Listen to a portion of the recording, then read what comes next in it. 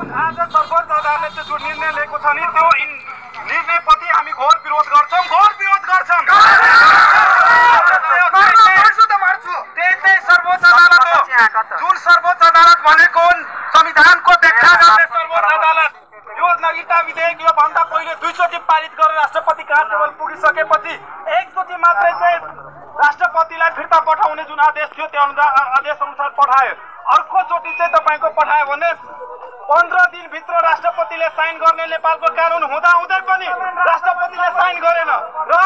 जब सर्वोच्च अदालतमा मुद्दा पर्दाखेरि त्यही सर्वोच्च अदालत हो जो संविधानले भन्छ 15 दिनपछि साइन गरेन भने त्यसको जवाब दिनु पर्थ्यो कि पर्दैन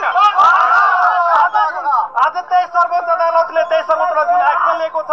यो नेपालको संविधानमा कतै छैन नेपालमा संविधानमा नभएको चिजले आज सर्वोच्चले जुन तपाईको फैसला गरेको छ आदेश गरेको छ सर्वोच्च होइन तगा त्यति अखारा हो अखारा बनिसकेको छ त्यो बिचौलियाको र त्यो न्यायाधीश र सर्वोच्च अदालत पनि देशमा चाहिँ निष्पक्ष भएन यो पनि चाहिँ तपाईको भ्रष्टाचारमा पैसामा लिप्त भयो भनेर आदेश गर्छु मै 2076 भादो 24 गते सर्वोच्चमा मुद्दा हालेको 4 वर्ष भइसक्यो त्यही सर्वोच्च अदालत हो जसले फैसला गर्न सकेन अहिले खै 2 दिन पहिला चाहिँ तपाईको चाहिँ मुद्दा पर्दाखेरि त्यो फैसला गर्ने सर्वोच्च अदालत मुर्दाबाद मुर्दाबाद मुर्दाबाद मुर्दाबाद मुर्दाबाद सबलाई चाहिँ यति भन्न चाहन्छु मेचीदेखि महाकालीसम्म 22 वटै जिल्लामा जति देशभरिका नागरिकता बिन्छन् जो आज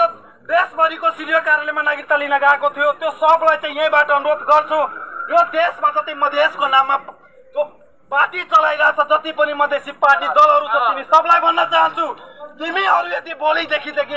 यो सडकमा उत्रेन नागरिकता विरोधको जुन सर्वोच्च अदालतले रोक्छ त्यसको विरोधमा उत्रेन भने ती पार्टीहरूलाई सचेत गराउन चाहन्छु त्यो पार्टीहरू विरुद्ध नारा लाग्छन् र असलमा यो देशको यो मधेसको युवाहरूको यदि जिन्दगी तिमीहरू सुधार्न चाहन्छौ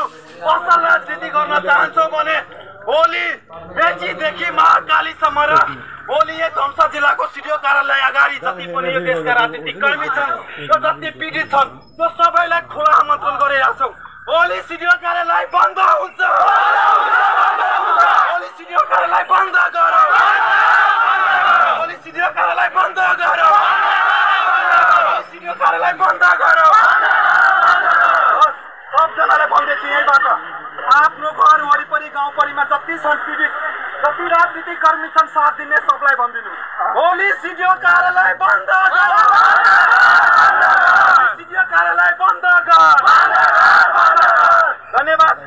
अहिलेदेखि छुटौँ भोलि बिहान सिडिओ कार्यालय भेटौँ